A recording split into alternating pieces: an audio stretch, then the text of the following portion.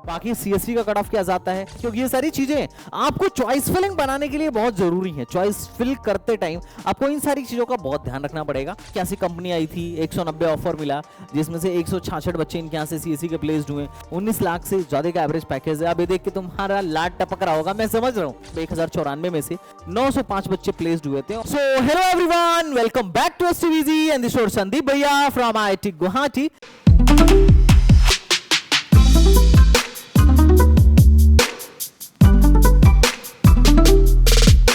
And guys, आज के video में हम बात करने वाले हैं कॉमेड के टॉप 10 इंजीनियरिंग कॉलेजेस के बारे में। तो बच्चा पार्टी, मेरे को बहुत दिनों से जैसे ही कॉमेड के का रिजल्ट आया, बच्चों के लगातार मैसेज आ रहे थे कि भैया जल्दी से एक वीडियो बनाओ कि कॉमेड के की काउंसलिंग कब से होने वाली है और किस तरीके से होने वाली है, टॉप के कॉलेजेस कौन कौन से हैं, इनकी कट ऑफ्स क्या जाती हैं और इनके प्लेसमेंट्स क्या हैं और यहां पर जाना वर्थ इट है या नहीं है। एटलीस्ट किस कॉलेजों तक हमें किस कॉलेज तक हमें जाना चाहिए, क्योंकि ऑब्वियस सी बात है यार, बेंगलुरु या मैसूर का हर एक कॉलेज उतना अच्छा नहीं है। आप पैसे धुआंधार तरीके से फूकोगे और काफी एक्सपेंसिव सिटी है और बाद में पता चले कि आपके शहर के कॉलेज से भी बेकार कॉलेज में जाके पढ़ रहे हो तो उसका कोई फायदा नहीं है। डेफिनेटली सिटी का लुफ्त तो आप उठा ही सकते हो, बट आज की वीडियो में बात करने वाले हैं कि टॉप के कॉलेजेस कॉमेड के में कौन कौन से हैं। और जैसा कि आपको बताया, STVG is the one of the best channel for counselling और ये आपका चैनल है। आप जिस भी टॉपिक पर वीडियो चाहो बनवा सकते हो, बस आपको कमेंट में लिखना होगा। हाँ, बस ये रहे कि टॉपिक ऐसा होना चाहिए जिस पर वीडियो बनाया जा सके। किसी ऐसे कॉलेज का नाम मत ले लेना यार जिस पर वीडियो बना ही नहीं सकता। बट एनीवे, चलो बच्चा पार्टी, अपन लोग शुरू करते हैं इस कॉमेड के टॉप इंजीनियरिंग कॉलेजेस वाले वीडियो को। और मैं पूरी लिस्ट लेकर आया हूं कि कॉमेड के कौन कौन से कॉलेजेस ठीक ठाक हैं, उन कब स्टेब्लिश किया गया था, कैंपस एरिया कैसा है, कॉलेज लाइफ कैसी है, लोकेशन क्या है और साथ ही साथ कौन हॉस्टल दे रहा है, कौन नहीं दे रहा है और किसका हॉस्टल कैंपस के अंदर है, किसका हॉस्टल कैंपस के बाहर है। क्योंकि ये सारी चीजें आपको चॉइस फिलिंग बनाने के लिए बहुत जरूरी है। चॉइस फिल करते टाइम आपको इन सारी चीजों का बहुत ध्यान रखना पड़ेगा। बाकी सीएससी का कट ऑफ क्या जाता है, हर ब्रांच का एवरेज पैकेज क्या जाता है, आप इसको वेरीफाई भी कर सकते हो। जैसे मैंने सीएससी का एवरेज पैकेज क्या है, मैंने कहां से डेटा लिया है, मतलब वेल रिसर्च वीडियो है, हमने ऑलरेडी इस पर बहुत काम किया है, तब तुम्हारे सामने लेकर आ रहा हूं। तो जैसे प्लेसमेंट ऑफ स्टैटिक्स, अगर तुम सीएससी का देखना चाहोगे सीएससी में क्या प्लेसमेंट हुआ था, तो यहां पे देखो कैसी कंपनी आई थी, 190 ऑफर मिला, जिसमें से 166 बच्चे इनके यहां से सीएससी के प्लेस्ड हुए, 19 लाख से ज्यादा का एवरेज पैकेज है। अब ये देख के तुम्हारा लाड टपक रहा होगा, मैं समझ रहा हूं। और इसीलिए इस कॉलेज को सीएससी किंग के नाम से जानते हैं। बहुत सारे एनआईटीज, ट्रिपल आईटीज और मोर देन 90% जीएफटीआई से ज्यादा, 90% से ज्यादा ही बोल लो मोर देन 90% जीएफटीआई से ज्यादा अच्छा प्लेसमेंट है इस कॉलेज का। और हालांकि फीस तो थोड़ी महंगी है, 3 लाख रुपए, लेकिन ठीक है, आरओआई के टर्म्स में सब बराबर है, ऐसा कोई ज्यादा टेंशन वाली बात नहीं है। तो ये देख के तुम्हें लग रहा होगा कि हाँ भाई दम तो है कॉलेज में, है ना। बट एनीवेज, चलो बच्चों पार्टी शुरू करते हैं और देखते हैं कि क्या है। हालांकि मैंने जैसा कि तुम्हें बताया, हर एक कॉलेज का मैंने रेफरेंस डाल रखा है कि मीडियन सैलरी कहां से लिया हूं। तो मैंने मीडियन सैलरी इन्हीं के वेबसाइट के एनआईआरएफ से लिया हुआ है। 1094 में से 905 बच्चे प्लेस्ड हुए थे और 10 लाख के आसपास का मीडियन सैलरी था। ये सरकारी आंकड़ा है, मैं नहीं बोल रहा हूं। ऑलमोस्ट मैंने इनके ही आंकड़ों को लिया है, बाद में अपना ओपिनियन भी बताऊंगा किस तरीके से परसेंटेज प्लेसमेंट मैंने कैलकुलेट किया है। और प्लेसमेंट का मैंने लिंक भी लगा दिया है कि एग्जैक्टली कहां पर कितनी कंपनीज आ रही हैं और क्या प्लेसमेंट्स लग रहे हैं, सारा कुछ हमने यहां पे पिछले कई सालों का लगा रखा है। अब जितने भी लोग अपने काउंसलिंग प्रोग्राम में, आपको ये जो पीडीएफ है एप्लीकेशन पे मिल जाएगी, तो आपको परेशान होने की जरूरत नहीं है। आप ऐप खोलोगे, कॉमेड के वाले अगर प्रोग्राम में हो तो आप ऐप खोलोगे और आपको ये पीडीएफ वहां पर मिल रही होगी, तो टेंशन लेने वाली बात नहीं है। अब बात करते हैं कॉमेड के में एडमिशन की। तो इसका रजिस्ट्रेशन 30 मई से ही शुरू हो चुका है और 8 जून तक चलेगा। टाइमिंग ध्यान रखना, इनका 2 से 2 बजे तक चलता है और कॉमेड के में 2 बजे का टाइमिंग थोड़ा इंपॉर्टेंट है ना। तो एलिजिबिलिटी क्राइटेरिया की बात करें तो आपके 10+2 में 45% मार्क्स होने चाहिए और अगर आप कर्नाटका के और साथ ही साथ आपके पास कोई रिजर्व कैटेगरी है तो 5% का रिलैक्सेशन भी मिल जाएगा। 4 राउंड की काउंसलिंग होगी, पहले 3 राउंड का कराया करते थे, अभी ये 4 राउंड की काउंसलिंग है, बड़ा इंपॉर्टेंट है और आपको थोड़ा सा काउंसलिंग पे ध्यान रखना है। काउंसलिंग कैसे होगा, इनके कुछ हिडन चार्जेस हैं, मतलब कुछ हिडन रूल्स हैं, क्या क्या चीजें हैं कॉमेड के में, इस पर मैं एक अलग से वीडियो डेडिकेटेड बनाऊंगा। उसकी टेंशन मत लो, अभी हम टॉप के कॉलेजों की बात कर लेते हैं। बस इतना याद रखना कि 4 राउंड की काउंसलिंग होगी। काउंसलिंग में बैठने के लिए हमें पहले 2000 का रजिस्ट्रेशन करना होगा, फिर डॉक्यूमेंट वेरीफाई करवाना पड़ेगा। एक भी स्टेप मिस करोगे कहानी तुम्हारी खत्म हो जाएगी एडमिशन की, यहां से, है ना, मतलब पूरी कहानी नहीं, एडमिशन की कहानी। और अगर आपकी डॉक्यूमेंट वेरीफाई होती है तो फिर आप राउंड 1 में बैठोगे। राउंड 1 से पहले एक मॉक राउंड का भी ऑप्शन इन लोगों ने दे रखा है, जो कि बड़ी अच्छी बात है। डॉक्यूमेंट क्या लगेगा, तो देखो category certificate, domicile certificate Karnataka वालों के लिए है, हमें जितना ज्यादा दिमाग अभी नहीं मारना है। हमारे पास अभी एटलीस्ट क्या क्या होना चाहिए, तो ओरिजिनल आईडी कार्ड, मतलब आधार कार्ड हो या कोई भी हो, इसमें से चलेगा। 10th का सर्टिफिकेट, 12th का सर्टिफिकेट, एडमिट कार्ड और कॉमेड के का एडमिट कार्ड होना चाहिए। इतने से अपना काम फिलहाल में बन रहा होगा। अब बात करते हैं नंबर 1 इंजीनियरिंग कॉलेज के बारे में, जिसके लिए लोग प्राण देने को तैयार हैं कि भैया हमको, पूछता हूं कॉमेड के में क्या चाहिए, किस लिए मर रहे हो या आरवी चाहिए। और लिटरली मैं तुम्हें बताऊं, अगर तुम इनकी वेबसाइट पर जाओ तो ये लोग आरवी इंजीनियरिंग कॉलेज वाले, आरवी कॉलेज ऑफ इंजीनियरिंग वाले, मैनेजमेंट कोटे से भी एडमिशन देते हैं। तुम डायरेक्ट एडमिशन ले सकते हो, लेकिन क्या खतरनाक पैसा ले रहे हैं भाई। पैसा देख के तुम्हारे प्राण सूख जाएंगे कि अच्छा, इंजीनियरिंग करने के लिए इंडिया में भी इतना पैसा देना पड़ता है डोनेशन के नाम पे। बट एनीवेज, अगर अपन बात करें तो काफी पुराना कॉलेज है, 1963 में बनाया गया था, बहुत छोटा कैंपस है, 16-17 एकड़ का है। फीस लगभग यहाँ के जितने भी कॉलेजेस दिखाऊंगा, अगर तुम कॉमेड के से जा रहे हो, कर्नाटका सिटी से जाते तो बात अलग होती, यहाँ पे कॉमेड के से जाओगे तो 3 लाख के तकरीबन फीस आएगी, और टोटल फीस यहाँ 12 लाख के आसपास पड़ जानी है। एनआईआर डेटा कहता है कि भाई 82% यहां से प्लेसमेंट हो चुका है और 10 लाख की मीडियन सैलरी है। और ब्रांच वाइज डेटा क्या बोलता है, तो भाई कंप्यूटर साइंस का 19 लाख का एवरेज सैलरी है, और एआईएमएल का 17 लाख का एवरेज सैलरी है। मैक्सिमम सैलरी सीएससी में 67 था, एआई में 53 था। बाकी ब्रांचेस का भी हमने दे रखा है, कौन से ईयर में कितने ऑफर्स आए हैं ये हमने इधर लगा रखा है, और कौन से ईयर में कितने बच्चे थे, कितनी कंपनीज सीएससी के लिए आई थी, इसका डेटा यहां पर तुम्हें देखने को मिल जाएगा। तो 23 में 14 लाख की मीडियन एवरेज सैलरी थी और मैक्सिमम था 48। 24 में हो गया 15 और अभी हो गया 19। तो भाई काफी तेजी से बढ़ता जा रहा है, बट खैर ठीक ही है। ओके, नेक्स्ट अपन इजी की बात करें तो इसी में भी प्लेसमेंट्स अच्छा है। ट्रिपल ई का अगर तुम देखोगे तो ट्रिपल ई में लगभग 24 में 8.83 का था, अभी 2025 में 12 के आसपास का हो गया है। और अगर तुम एरोस्पेस वगैरह का देखो तो इनके प्लेसमेंट उतने अच्छे नहीं है परसेंटेज प्लेसमेंट या एवरेज पैकेज के मामले में, बट ठीक है। तो लास्ट यहाँ पर सिविल का भी हमने दे रखा है कि सिविल में एवरेज पैकेज जो है 6.72 एलपीए का है और मैक्सिमम सैलरी जो है 13 के आसपास का गया है। अब चूंकि देखो यार, कौन से ब्रांच तक तुम्हें जाना है, ये ब्रांच वाइज के प्लेसमेंट से और ब्रांच वाइज के परसेंटेज प्लेसमेंट से तुम्हें आइडिया 100% लग रहा होगा। मोटा मोटी कट ऑफ की बात कर लेते हैं कि आरवी इंजीनियरिंग कॉलेज में कट ऑफ किया जाता है, तो एटलीस्ट अगर आपको कंप्यूटर के अंदर एंट्री मारना है तो 1000 के अंदर रैंक होनी ही चाहिए। कंप्यूटर की जो कट ऑफ है पिछले साल की तुलना में डिक्रीज हुई है।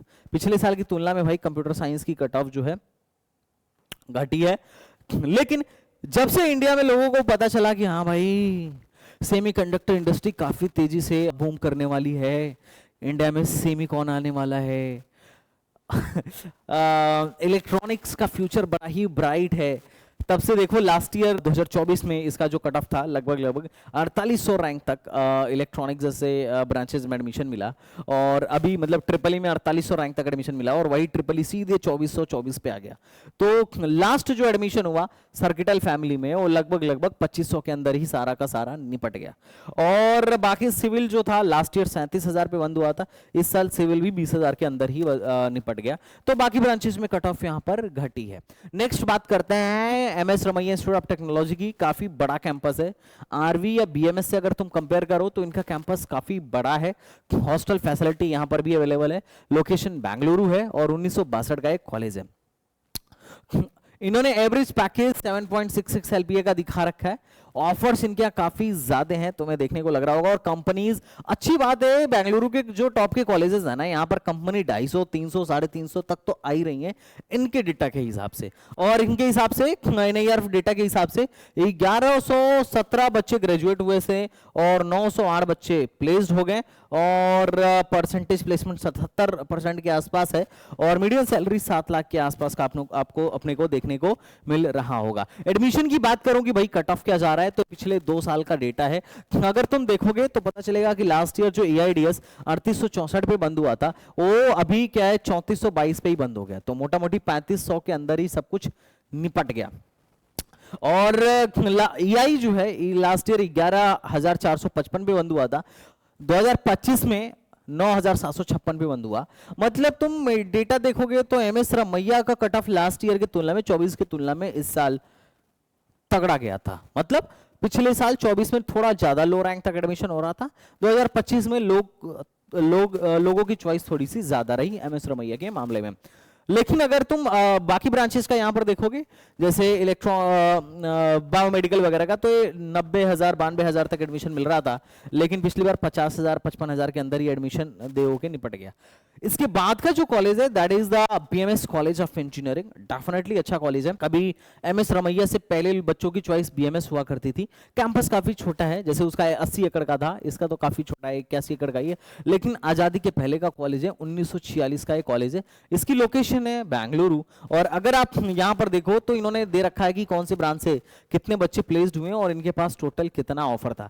कंप्यूटर वगैरह में तो काफी अच्छा खासा ऑफर है, और यहाँ पर भी इन लोगों ने बोल रखा है कि 350 ज्यादा कंपनीज। ये पॉइंट्स इंपॉर्टेंट हैं भाई। 300 के आसपास ही कंपनी, 250-300 के आसपास ही कंपनी हमारे यहाँ हमारे कॉलेज में भी, IIT में भी आती है। बस फर्क कितना होता है कि IIT में बच्चे कम होते हैं, यहाँ पे बच्चे बहुत ज्यादा हैं, पर 250-300 350 कंपनी बहुत कंपनी है भाई, है ना।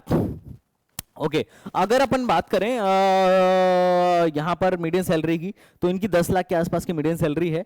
परसेंटेज प्लेसमेंट 75% के आसपास का है।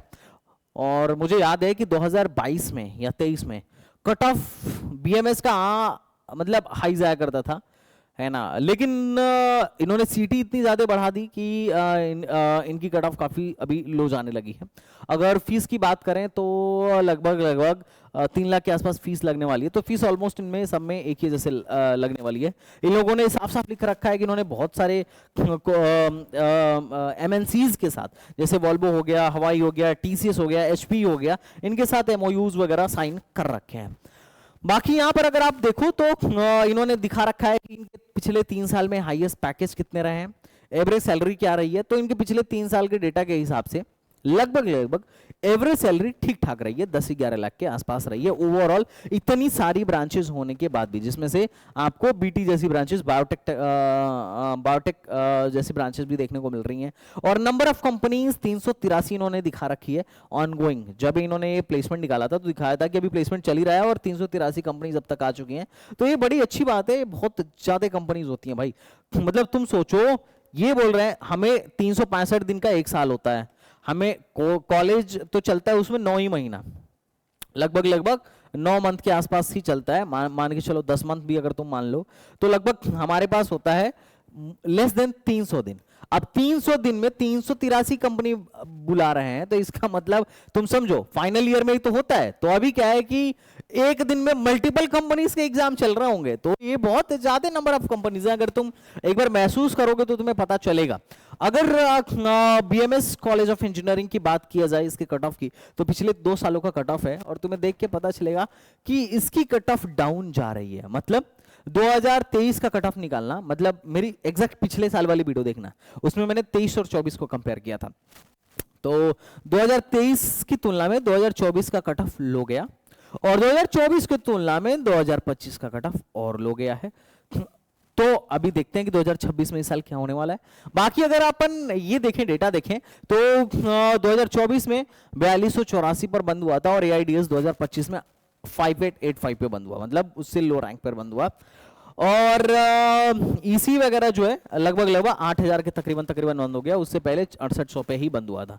बाकी ब्रांचेस का डेटा आप यहाँ पर देख सकते हो। नेक्स्ट कॉलेज की बात करता हूं। अब यहां से बच्चों के मन में कंफ्यूजन होना शुरू करता है कि भैया हमें किसको प्रीफर करना चाहिए, दयानंद सागर को प्रीफर करना चाहिए या SJCE को प्रीफर करना चाहिए, या JSS मैसूर को डालना चाहिए। डाउट है बच्चों में। कट ऑफ भी अगर तुम देखोगे तो SJCE या दयानंद सागर का कट ऑफ अगर तुम देखो तो बहुत ज्यादा का डिफरेंस नहीं है। दयानंद सागर जो है 7819 पे बंद हो रहा है, और SJCE 7100 पे बंद हो रहा है। अब बच्चे को समझ में नहीं आता है कि भैया क्या करें। प्लेसमेंट को कंपेयर करते हैं तो उनको प्लेसमेंट से भी क्लियर नहीं होता है कि भाई साहब यहाँ पर क्या करना चाहिए। तो कोई बात नहीं, तुम टेंशन मत लो, मैं इस वीडियो में बताता हूँ। देखो यार, अगर तुम्हें बेंगलुरु में रहना है तो दयानंद सागर में जा सकते हो, और अगर तुम्हें चाहिए कि नहीं बड़ा कैंपस चाहिए, मैं मैसूर जाने के लिए भी रेडी हूँ, कोई बात नहीं है, गो फॉर एज ए सी। इनके भी प्लेसमेंट देखो, ये जैसे मैसूर मतलब यूनिवर्सिटी और कॉलेज आई थिंक एक ही कैंपस में चलते हैं, तो ऐसा कोई तुम्हें बहुत ज्यादा परेशानी इसमें होने वाली नहीं है। अगर बात करूं तो 1963 में इसको बनाया गया था, मैसूर में है और 117 एकड़ का कैंपस है, हॉस्टल फैसिलिटी अवेलेबल है, फीस सेमी पड़ने वाला है, और जो कंप्यूटर साइंस है वो 7156 रैंक पे बंद हो गई थी और 2024 में 5158 रैंक पे बंद हो गई थी। इसी का जो यूनिवर्सिटी है that is the JSS university, same year में बनाया गया था और ये भी मैसूर में ही है, कैंपस एरिया 102 का है, इसका भी इन हाउस हॉस्टल अवेलेबल है। 800 से ज्यादा ऑफर आए थे 2024 के हिसाब से, और उस टाइम पर जो इनका 2024 में हाईएस्ट पैकेज था वो 60 लाख के आसपास था, मीडियम सैलरी 9 लाख के आसपास था, और 400 से ज्यादा रिक्रूटर्स, ध्यान से देखना ये कंपनी अब ये लोग इंटर्नशिप और वो सब मिला जुला के लगा देते हैं, तो 400 से ज्यादा रिक्रूटर्स इनके यहाँ 2024 में आया हुआ था। प्लेसमेंट का देखोगे तो 1045 में से 950 बच्चे प्लेस्ड हुए हैं, 90% का प्लेसमेंट रेशियो है। मैं नहीं बोल रहा हूं रेशियो, मैं नहीं बोल रहा हूं, एनआईआरएफ की रिपोर्ट बोल रही है। तुम यहां से जाके चाहो, if you have any type of confusion, तो तुम यहां से जाके वेरीफाई भी कर सकते हो, और तुम कहोगे तो मैं इस पर एक डिटेल वीडियो भी बना दूंगा। अगर तुम्हारे मन में हो कि भैया मेरे को एक डिटेल वीडियो चाहिए, तो I can create a detail video also. इसको यहाँ से वेरीफाई भी कर सकते हो, जैसे इंजीनियरिंग पे जाना, यहाँ पर पूरी एनआईआरएफ दी हुई है 2026 की, आप इंजीनियरिंग पर जाओ और यहाँ पर जाने के बाद यू विल फाइंड कि 1045 बच्चे थे जिन्होंने अपनी टाइम पे डिग्री कंप्लीट करी, 950 की जॉब लग गई 8 लाख के मीडियम सैलरी से। That's a nice, not bad. Okay, तो this is all about JSS Mysore, और फीस एग्जैक्टली लगभग वही है, 3 लाख पर एनम के आसपास। 4 साल का जो भी खर्चा आएगा कॉलेज का वो 12 लाख के आसपास का यहाँ पर आने वाला है। अब बात कर लेते हैं कट ऑफ की। तो देखो 2022 से पहले सिर्फ सिविल, मैकेनिकल और बायोटेक जैसे ब्रांच, 2024 से पहले सिर्फ इन्हीं तीनों ब्रांचों पर जेएसएस मैसूर अदर स्टेट वालों को एडमिशन दिया करता था, लेकिन 2025 में सबका एडमिशन होना शुरू हो गया। सीएससी की कट ऑफ काफी खतरनाक लो गई, 15,000 के आसपास। आधे लोगों को पता ही नहीं था, और ना पता होने का बहुत तगड़ा एक फायदा मिलता है उन बच्चों को जो हमारे प्रोग्राम में होते हैं, क्योंकि जबरदस्त फायदा उठाते हैं अपन। लो से लो रैंक पर भी कोशिश रहती है कि जबरदस्त से जबरदस्त कॉलेज मिल सके। सीएससी जो है 15,000 के आसपास गया था, सीएससी आईएमएल 16 के आसपास गया था, और बिजनेस सिस्टम 26,000 रैंक तक एडमिशन दे दिया था। कॉलेज काफी अच्छा है जेएसएस मैसूर, और काफी लो रैंक तक यहां पर एडमिशन लास्ट ईयर हो गया था। ओके, आगे बढ़ते हैं, और आगे बढ़ने से पहले एक बार मैं रिक्वेस्ट करूंगा कि जिन लोगों ने अभी तक मेरा कॉमेड के का नहीं लिया है, भाई साहब कॉमेड के का प्रोग्राम ले लेना, चॉइस फिलिंग में खुद कराऊंगा, एक एक चीज अपन डिस्कस करेंगे। कौन से कॉलेज में एग्जैक्टली ईटीसी तक डालना है, ट्रिपल ई तक डालना है मैं बताऊंगा, कौन से में नहीं डालना है, किसको अवॉइड करना है, किसका कॉलेज का कैंपस लाइफ कैसा है, कॉलेज लाइफ कैसा है, किसका हॉस्टल आउटसाइड में है, इसको कौन सा कॉलेज एग्जैक्टली प्रीफर करना चाहिए, कहां पर इंटरप्रेन्योर्स के लिए ज्यादा अच्छा, इनोवेशन के लिए ज्यादा अच्छा एक्सपोजर मिलने वाला है, कहां पर इंटर्नशिप ज्यादा अच्छी मिलने वाली है, कहां पर प्लेसमेंट ज्यादा अच्छा मिलने वाला है, इस पर डिटेल में डिस्कशन करेंगे। मोटा मोटी मैं बात तुम्हें बता दूं, तुम्हारे करियर का सवाल है मेरे भाई, चीजों को हल्के में मत लेना। तुम इतना खर्च कर रहे हो, बेंगलुरु जा रहे हो पढ़ाई करने के लिए, आराम से अगले 4 साल में 15-20 लाख, 15 लाख तो कहीं नहीं गया, 20 लाख तुम मान के चलो, 15-20 लाख खर्च होने वाले हैं पढ़ाई से लेकर रहने तक का। तो रिस्क काहे को ले रहे हो यार? अभी डिसाइड होगा कि कौन से कॉलेज में जाने वाले हो और कौन से कॉलेज में तुम अपने अगले 4 साल इन्वेस्ट करने वाले हो, अपने 15-20 लाख इन्वेस्ट करने वाले हो। तो जहां तुम 15-20 लाख इन्वेस्ट करने वाले हो, क्या तुम उसके लिए 4-5 हजार खर्च नहीं कर सकते? सोच के देखो, इन्वेस्टमेंट सही जगह होनी चाहिए। और हाँ, एसटी जो कॉमेडी का काउंसलिंग प्रोग्राम है उस पर 20% का डिस्काउंट भी चल रहा है, तो आप लोग इसको क्या कर सकते हैं, यूटिलाइज कर सकते हैं। नेक्स्ट कॉलेज के बारे में बात करूं, दैट इज द दयानंद सागर। मैंने वही बोला, जिनको बेंगलुरु रहना है वो दयानंद सागर को पहले रखेंगे, और यहाँ पर लास्ट ईयर 1500 के आसपास कैंपस एरिया 30 एकड़ के आसपास का है, हॉस्टल यहाँ पर भी अवेलेबल है, और 1526 बच्चे ग्रेजुएट हुए थे 2025 में, जिसमें से 1157 बच्चों की जॉब लग गई थी, और 78% के आसपास बच्चे प्लेस्ड हो गए थे। मीडियम सैलरी कम है क्योंकि नंबर ऑफ स्टूडेंट्स काफी ज्यादा है। अभी तक जितने कॉलेजेस आपने देखा उसमें से अगर सबसे ज्यादा बच्चे कहीं पर रहे होंगे जो 2025 में ही ग्रेजुएट हुए थे या जॉब लगी थी, तो उसमें एक है दयानंद सागर, क्योंकि बच्चे काफी ज्यादा हैं, रिपोर्ट से ही आपको क्लियर पता चल रहा होगा, और परसेंटेज प्लेसमेंट भी ठीक ठाक है। मीडियम सैलरी ऑब्वियसली जैसे नंबर बढ़ता जाएगा मीडियम सैलरी कम होती जाएगी, लेकिन बाकियों की तुलना में मीडियम सैलरी डेफिनेटली कम है। कितनी कंपनीज आई हैं यहां पर भी देखोगे तो लगभग लगभग इनका डेटा भी 300 के पार का आंकड़ा बता रहा है। और 2025 में हाईएस्ट पैकेज 56 का, 2024 में हाईएस्ट पैकेज 51 का और 2023 में हाईएस्ट पैकेज 40 के आसपास का रहा है। फीस लगभग लगभग सेम है। अब बात करते हैं कट ऑफ यहां पर लगभग क्या जाने वाली है।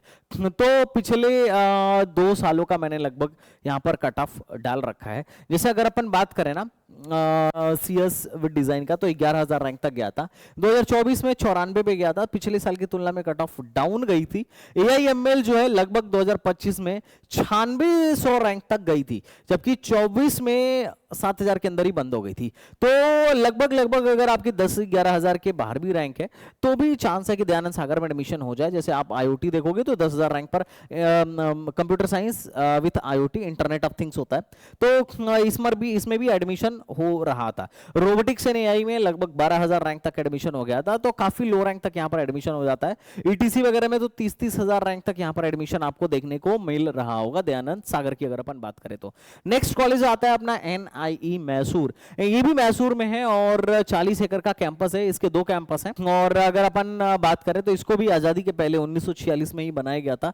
सेम लगभग फीस आपको देखने को मिल जाएगी और प्लेसमेंट परसेंटेज यहां पे आपको तगड़ा देखने को मिलेगा। पिछले 3 सालों में मोर देन 90% का प्लेसमेंट एनआईआरएफ डेटा दिखा रहा है, सरकारी आंकड़ा दिखा रहा है। और 7 लाख से ज्यादा का एवरेज पैकेज और नंबर ऑफ बच्चे जो है ना लगभग 800 के तकरीबन है। तो ऐसा नहीं है कि बड़े कम बच्चों का मीडियन सैलरी 7.6 लाख देखने को तुम्हें मिल रहा होगा। तो ये कॉलेज भी एक अच्छा ऑप्शन आपके लिए हो सकता है। नॉर्थ कैंपस है और साउथ कैंपस है, दोनों का अगर आप कट ऑफ देखो तो यहां पर कट ऑफ देखने को मिल जाएगा। नॉर्थ कैंपस में अपने को सीएसई और एआईएमएल देखने को मिलेगी, साउथ कैंपस में ईसी इलेक्ट्रिकल और मैकेनिकल जैसे ब्रांचेस देखने को मिल जाएगा। अब कौन से ब्रांच में कौन से ब्रांच में क्या प्लेसमेंट रेट रहा, अब थोड़ा सा तुम इसको जब सरकारी आंकड़ा से वेरीफाई करोगे तो तुम्हें लगेगा एनआईआरएफ वाले कुछ ज्यादा ही प्लेसमेंट दिखा रहे हैं, कॉलेज अपने खुद की वेबसाइट पर उतना प्लेसमेंट नहीं दिखा पा रहा है। अब एग्जैक्टली क्या रीजन है भैया, ये तो कॉलेज वाले ही जाने और ये लोग कैसे निकाल रहे हैं ये तो खैर यही जाने। बाकी इन्होंने जो रिक्रूटर की संख्या दे रखी है, पहले तो इनके यहाँ काफी ज्यादा रिक्रूटर्स की संख्या थी, 300 प्लस थी, अभी थोड़ा थोड़ा घटता हुआ दिख रहा है। 2024 में 272 ही थी, उसके अगले साल 210 कंपनीज ही रिक्रूट करने आई थी इनके हिसाब से। और कॉलेज हमेशा अपना मैक्सिमम दिखाता है, कभी मिनिमम नहीं दिखाता है या कभी मिड का नहीं दिखाता है, हमेशा कोशिश करता है मैक्सिमम टू मैक्सिमम दिखाया जा सके, क्योंकि सारे के सारे प्राइवेट कॉलेजेस हैं। और उसके बाद इस साल अभी तक 2026 का जो ऑनगोइंग प्लेसमेंट है उसमें अभी तक 210 रिक्रूटर्स ही आए थे, जिस डेट तक का इन्होंने प्लेसमेंट हमें दे रखा था। नेक्स्ट कॉलेज है that is the SIT Tumkur. अब डेफिनेटली तुम में से कुछ लोग जरूर सवाल उठाएंगे कि भैया एसआईटी तुमकुर क्यों, बीआईटी कहां चला गया, बैंगलोर इंस्टीट्यूट ऑफ टेक्नोलॉजी क्यों चला गया। डेफिनेटली मैं आपके भावनाओं को समझता हूं, प्लेसमेंट मेरे को थोड़ा सा डाउन लगा और एसआईटी तुमकुर में बीआईटी की तुलना में डेफिनेटली लो रैंक तक एडमिशन होता है, इसमें कोई बुराई वाली बात नहीं है। बट समस्या वाली बात जो है वो ये है कि एसआईटी तुमकुर जो है मतलब प्लेसमेंट के मामले में थोड़ा सा कहीं ना कहीं अपर आपको देखने को मिल रहा होगा। लेकिन वही है कि बीआईटी जो है चूंकि बेंगलुरु में है तो डेफिनेटली बच्चों की प्रेफरेंस तुमकुर के बजाय बेंगलुरु ज्यादा होता है। तो अगर आप एसआईटी तुमकुर का देखो तो इनके यहाँ भी एनआईआरएफ में जबरदस्त प्लेसमेंट परसेंटेज दिखा रखे हैं एनआईआरएफ वाले, लेकिन वही है कि इसके जस्ट पहले वाले कॉलेज को देखोगे तो तुम बोलोगे कि भैया एनआईआरएफ के डेटा पे अब ज्यादा भरोसा नहीं रहा, कॉलेज वाले से ज्यादा बढ़िया परसेंटेज प्लेसमेंट तो एनआईआरएफ वाले दिखा रहे हैं। मतलब प्राइवेट आंकड़े से ज्यादा